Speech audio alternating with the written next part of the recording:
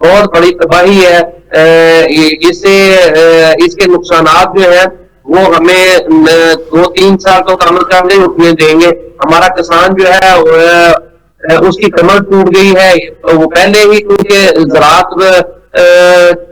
فصلوں کی قیمتیں ہمیں پوری ادا نہیں ہو رہی تھی, پانی کی شارٹیج کا مسئلہ تھا, لوازمات جو تھے جس میں ذریعہ طبیعات ہے اور اس میں جو ہے وہ دیگر بیج مہنگا ہے, کھادیں مہنگی ہے, اس وجہ سے کسان جو ہے وہ بڑی مشکل سے سروائیو کر رہا تھا. تو اس کے اوپر سے اب لائف سٹاک کو بہت بڑا نقصان ہوگا, چونکہ وہ بھی پانی کی نظر ہو گئی ہے. اس کے علاوہ جو انفراسٹرکچر کو بہت بڑا نقصان پہنچے گا, وہ آئندہ 4-5 سال تک ہم جو ہے وہ ریکور کر پائیں گے.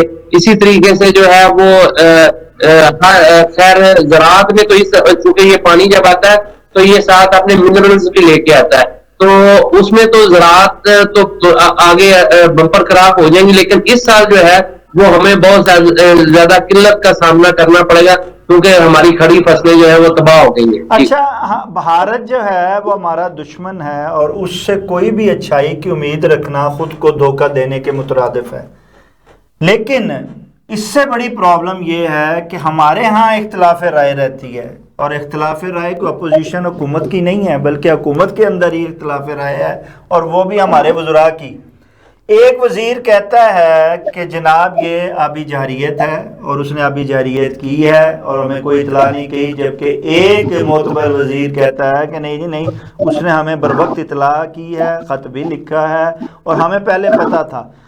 ایک تیسرا جو ہے وہ وزیر یہ کہتا ہے, ماحولیات کا جو ہے وہ یہ کہتا ہے کہ ہمیں تو ان چیزوں کا 1 سال پہلے ہی پتہ تھا کہ ایسے ہونا ہے, اور اگلے سال کا بھی ہمیں پتہ ہے کہ ایسے ہونا ہے. اب مجھے یہ بتائیے, ان متضاد آراء کے ساتھ آپ بات کرتے ہیں تحقیقات کی اور پھر بھارت کے ساتھ اس مسئلے کو اٹھانے کی, دوسری جناب آپ کہتے ہیں کہ جناب ہماری نہلی کوئی نہیں ہے, تو ہماری تو نہلیوں سے بھری پڑی ہے داستان ہماری تاریخ. مجھے بتائیے ان نہلیوں کے ساتھ ہم دشمن کا مقابلہ کیسے جارحیت کا کر سکتے ہیں اور اس کو جواب دے سکتے ہیں, اور ہم آگے کیسے بڑھ سکتے ہیں جس میں ہم عوام کو بچا سکیں. جی میاں صاحب. اچھا, اس میں دیکھیں 2-3 چیزیں ہیں. پاکستان میں اس وقت بہت بحث ہو رہی ہے کہ جی ہمیں ڈیم بنانے چاہیے. بالکل ہمیں ڈیم بنانے چاہیے, لیکن ڈیم جو ہے وہ سارے ہمارے دریائے سندھ پر بن سکتے ہیں. یہ سارا میدانی علاقہ ہے, یہاں نہ چناب پر کوئی ہم ڈیم بنا سکتے ہیں, نہ ہم راوی پر بنا سکتے ہیں, نہ ستلج پر بنا سکتے ہیں. یہاں تو دیکھیں کہ راوی میں آپ 37 سال کے بعد سیلاب آیا. میں نے 88 میں جو ہے وہ کور کیا تھا, 88 کا بہت بڑا سیلاب تھا, اور اس کے بعد بڑا سیلاب جو ہے وہ اب آیا. اس میں پانی کبھی اتنا آیا ہی نہیں, اگر کبھی کبھار آیا تو وہ بہت تھوڑی مقدار میں پانی آتا تھا.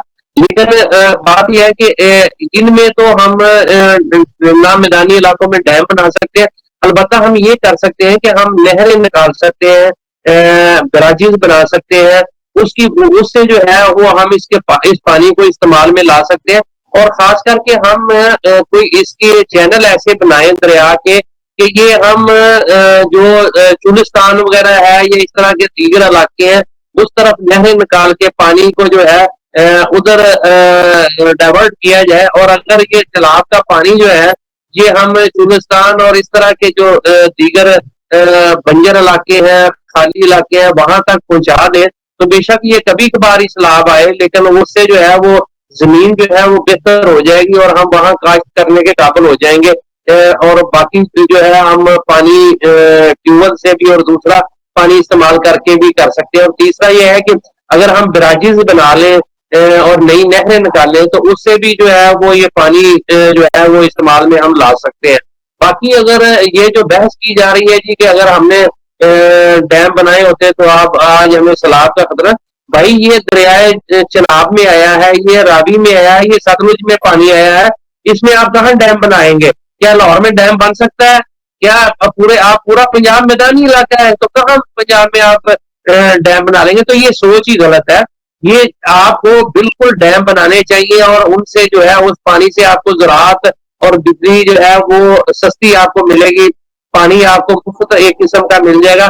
تو وہ وہاں ڈیم بنانے کی مطلب کالا باغ ڈیم بنانے کی ضرورت ہے. اور دریائے سندھ پر جو ہم نے ہمارے انجینئرز اور آبی ماہرین نے جو سائٹ سلیکٹ کی ہوئی ہے وہاں چھوٹے چھوٹے ڈیم بن سکتے ہیں.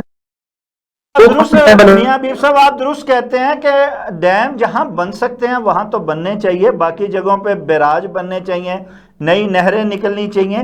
کیا وجہ ہے کہ ہم نئی نہریں جو ہیں وہ نہیں نکال سکتے، نہ ہی ڈیم بناتے ہیں نہ ہی بیراج بناتے ہیں؟ ہم تو کچھ کر ہی نہیں رہے ہیں. جب سے پاکستان بنا ہے اس کے بعد جو بن گئے ڈیم، جو نہریں بن گئیں، جو بیراج بن گئے، انہی کو لیے آگے چل رہے ہیں. اگر کہیں کوئی بیراج بنانے کی، کہیں کوئی ڈیم بنانے کی، نہریں 6 نکالنے کی بات ہوتی ہے تو سیاست چمکنی شروع ہو جاتی ہے. یہاں پہ ہر پارٹی جو ہے وہ اپنا مدعا لے کے آگے آ جاتی ہے. تو جہاں اشرافیہ کے مفادات آڑے آئیں گے اور قومی مفاد کو نظر انداز کیا جائے گا، کیسے وہاں ڈیم اور جو ہے وہ نہریں بنیں گی میاں حبیب صاحب؟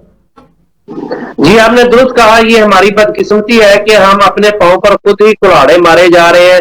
اور ہم آئے دن کبھی ہم جو ہے وہ قحط سالی کا شکار ہو جاتے ہیں پانی نہ ملنے کی وجہ سے، اور کبھی ہم بوند بوند کو ترس رہے ہوتے ہیں اور کبھی ہم ڈوب کے مر جاتے ہیں. یہ ساری منصوبہ بندی نہ ہونے کا نتیجہ ہے. اور یہ بدقسمتی ہے کہ ہم جو ہے چھوٹی چھوٹے مفادات کے لیے، چھوٹی چھوٹی سیاست کے لیے جو ہے ہم نے پورے ملک کے مفادات کو سوری پورے ملک کے مفادات کو جو ہے ہم نے قربان کر رکھا ہے. آپ دیکھیں کہ سندھ جو ہے وہ اس کو تشویش ہے، انہوں نے ساتھ بلوچستان کا، حالانکہ لینا دینا ہی کوئی نہیں، لیکن وہ بھی اس کے ساتھ ملے ہوئے نہیں ہم نہیں ڈیم بنانے دیں گے. کالا باغ ڈیم پہ جو ہے تحفظات ہے اور نشہرہ والے کہتے ہیں شاید ہم ڈوب جائیں گے. تو اصل میں آپ کو ان کو بٹھانے کی ضرورت ہے، بٹھا کے انہیں اپنے انجینئر سے، ماہرین سے ان کے تحفظات دور کرنے چاہیے اور اس پہ انیشیٹو لینا چاہیے. ایک بنا بنایا ڈیم ہے آپ کا ڈیم، اور اس سے آپ کی زندگی بدل سکتی ہے. آج جو ہم ترلے لے رہے ہیں باہر سے گندم کبھی منگواتے ہیں، کبھی ہمارے جو ہے وہ شارٹیج ہو جاتی ہے چاول کی، کبھی چینی کی. تو یہ ساری چیزیں جو ہیں یہ ہم اس میں خود کفیل ہو سکتے ہیں، بلکہ ہم جو ایکسپورٹ کر سکتے ہیں. لیکن انتہائی بدقسمتی یہ ہے کہ ہم چھوٹی چھوٹی سیاست کے لیے جو ہے وہ سارا کوئی ملکی مفاد قربان کر رہے ہیں اور کسی کو احساس تک نہیں ہے. یہ اس پہ جو ہوتی ہے نا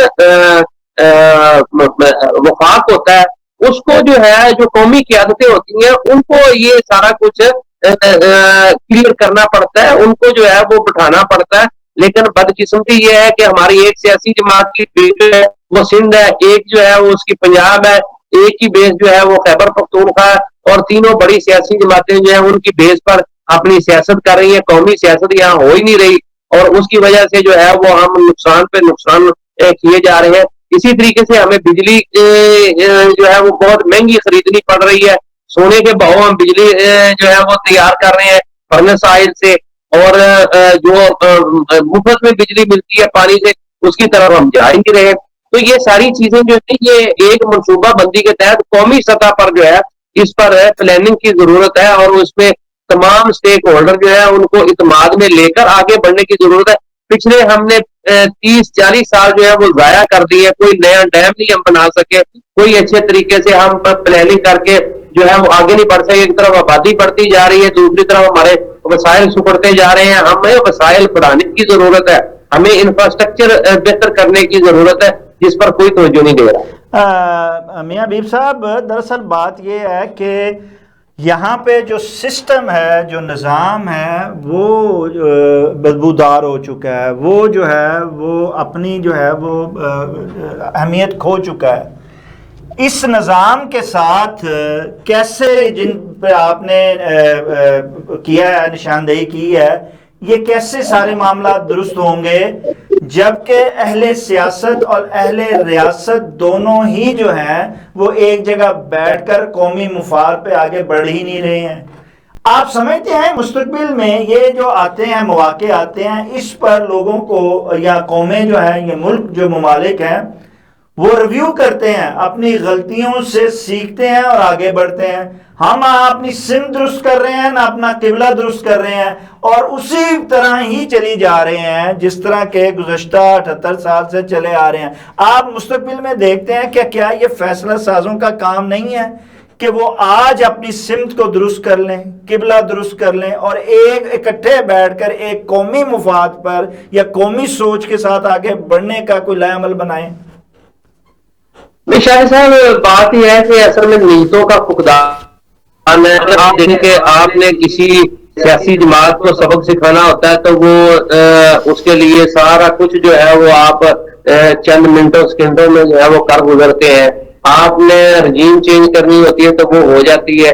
آپ نے اسی طریقے سے کچھ اور حاصل کرنا ہوتا ہے تو وہ ٹارگٹ آپ اچیو کر لیتے ہیں۔ تو یہ قومی ٹارگٹ ہے، ان پہ اصل میں اس پہ توجہ نہیں دی جا رہی۔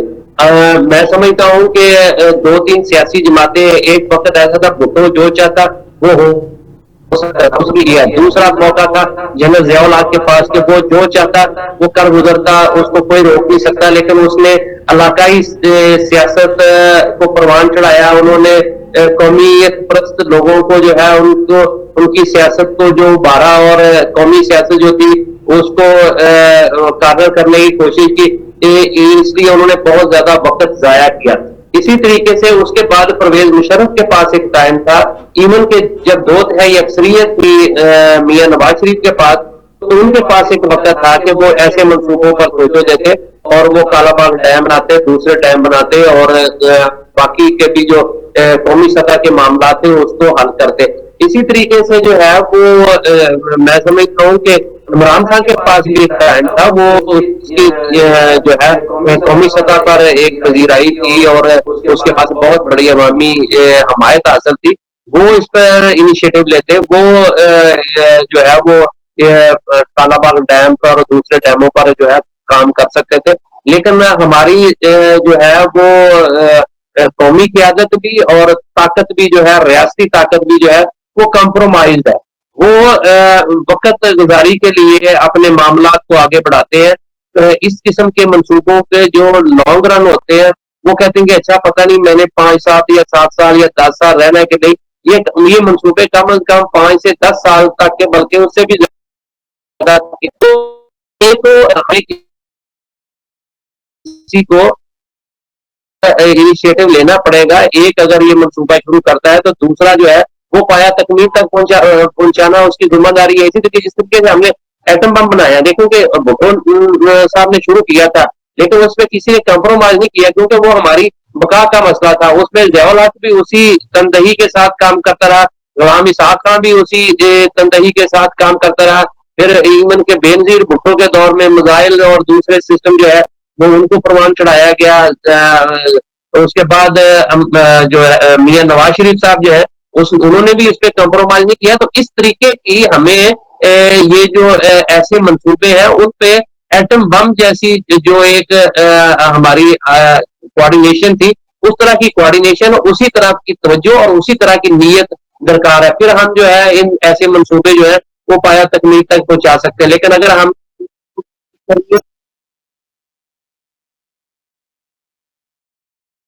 کو جو باہمی اتفاق سے ایک میز پر بنے اور اس کو لے کر حکومتیں بدلتی رہیں لیکن پالیسی نہ بدلے، یہ والا کام آج جو ہے نہ صرف جو اہل سیاست کی جو قیادت ہے جو کہ محب الوطن ہے وہ نہ صرف یہ سوچ رکھتی ہے، بلکہ عوام کی امیدیں بھی جو ہیں وہ فیلڈ مارشل عاصم منیر صاحب پہ لگی ہوئی ہیں۔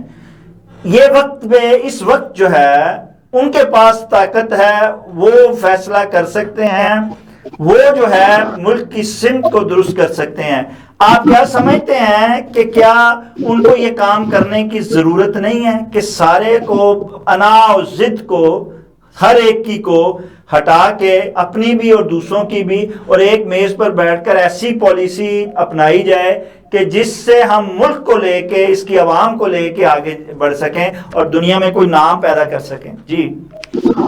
جی آپ درست کہتے ہیں، field marshal general Asim Munir صاحب کے قوم کی بڑی توقعات وابستہ ہیں، اور لیکن وہ چونکہ انہوں نے ایک بہت بڑی جنگ جیتی ہے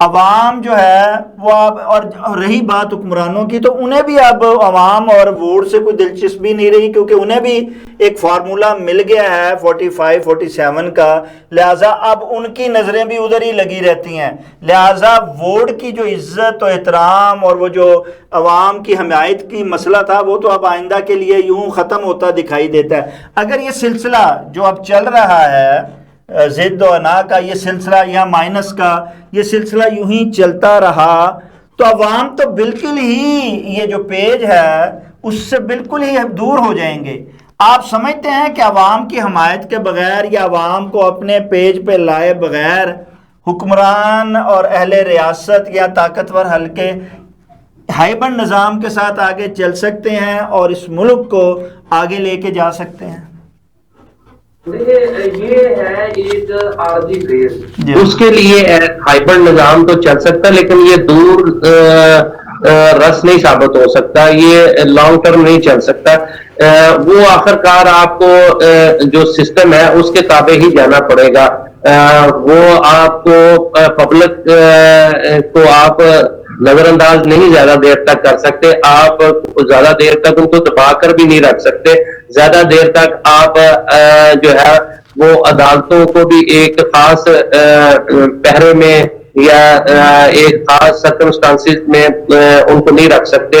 اسی طریقے سے آپ زیادہ دیر تک پولیس گردی نہیں کر سکتے۔ آخر کار آپ کو کہیں نہ کہیں جو ہے لوگ تنگ آ جاتے ہیں، تو یہ تو 2-4 سال کے لیے تو معاملات ایسے ہو سکتے ہیں، لیکن لانگ ٹرم نہیں ہو سکتے۔ تو لہذا آپ کو آخر کار اسی طرف جانا ہے۔ تو اصل میں صورتحال یہ ہے کہ چونکہ اس وقت جن لوگوں کی حکومت ہے وہ چاہتے ہیں کہ اور ان کو تباہ و برباد کر دے، ہمارے راستے میں کوئی نہ ہو، گلیاں ہو جائیں دنیا کے وچ مرغا یار پھرے، وہ والی صورتحال وہ چاہتے ہیں۔ وہ کہتے ہیں کہ 5-7 مرل رنگیاں تاپ چڑھے، وہ گلیاں ہو جائیں دنیا کے وچ مرغا یار پھرے، تو وہ تو ایسی صورتحال چاہتے ہیں۔ تو ایسی صورتحال جو ہے یہ ملک اور قوم کے لیے بہت زیادہ نقصان دہ ہے۔ جتنی جلدی ہو سکتا ہے انہیں جو کچھ جس نہج پر یہ پہنچا وہاں سے آپ ان کو بہتری کی طرف جانا چاہیے۔ جو اچیو کرنا تھا وہ کر لیا ہوا، لیکن 2/3 اکثریت ان کے پاس جو ہے پارلیمنٹ میں موجود ہے، جو مرضی قانون بنا لے۔ جس طریقے سے بھی انہوں نے حکومتیں حاصل کی، اکثریت حاصل کی، وہ کر چکے ہیں۔ اب ان کو چاہیے کہ اس ڈائلاگ کی طرف آئے۔ عمران خان کو انہیں چاہیے کہ انہیں مصروف کریں، انہیں ڈائلاگ کی طرف جو ہے لے کے آئے، اس میں شرائط آپ ایسی رکھ دیں تو جس پہ آپ تھوڑا وقت گزار سکیں، لیکن آپ کو یہ ایک سلسلہ شروع کر دینا چاہیے۔ اس سے جو ہے وہ 2 چیزیں ہوں گی۔ ایک تو جو لوگوں کے ذہنوں میں ہے جی کہ یہ یک طرفہ ٹریک چل رہا ہے، یہ ایک خاص پارٹی کے خلاف جو ہے مہم چل رہی ہے، وہ سوچ جو ہے وہ ختم ہو جائے گی۔ اور دوسرا جو ہے لوگ یہ سمجھیں گے کہ اب بہتری آنے کی توقع شروع ہو گئی ہے۔ وہ اس سے امیدیں جو امید ہوتی ہے نا یہ بڑی کارگر ثابت ہوتی ہے، مایوسی جو ہوتی ہے نا وہ تباہی لے کے آتی ہے۔ تو ہمیں جو ہے نا وہ امید کی طرف جو اب وہ نکلنا چاہیے۔ بہت سارے معاملات ہیں پاکستان کو اس وقت دیکھیں، قدرتی آفات کا سامنا ہے، آپ نے جس طرح سے پہلے کہا، تو ایسے یہ دیکھیں یہ ایسی چیزیں ہوتی ہیں، یہ جو قومی سطح پہ جو ہے ایک مہم کی صورت میں لے کے جانا ہے۔ ہمیں ایک مہم کے طور پر جو ہے وہ درخت لگانے چاہیے، ہمیں ایک مہم کے طور پر آلودگی ختم کرنی چاہیے، ہمیں ایک مہم کے طور پر جو ہے وہ ڈیمز بنانے کی اسٹرگل شروع کرنی چاہیے، ہمیں ایک مہم کے طور پر جو ہے آپس میں کوارڈینیشن صوبوں کے درمیان بہتر کرنے کی ضرورت ہے، ہمیں آپس میں بھائی چارے کی ضرورت ہے، ہمیں اپنے وسائل جو ہے وہ ان کو یوٹیلائز کرنے کی ضرورت ہے، نہ کہ ہم انہیں سیاست کی بھیڑ چڑھا دیں۔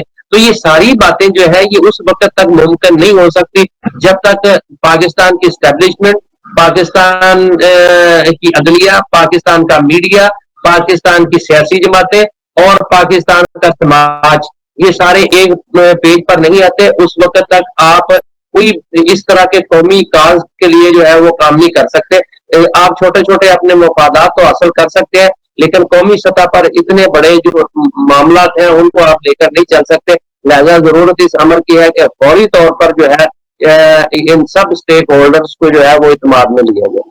شکریہ میاں حبیب صاحب۔ ناظرین نے جیسے کہ میاں حبیب صاحب نے فرمایا ہے کہ ہمیں جو ہے اب اس سوچ سے نکلنا ہوگا. کسی کو دیوار سے لگانا ہے، گرانا ہے یا مائنس کرنا ہے.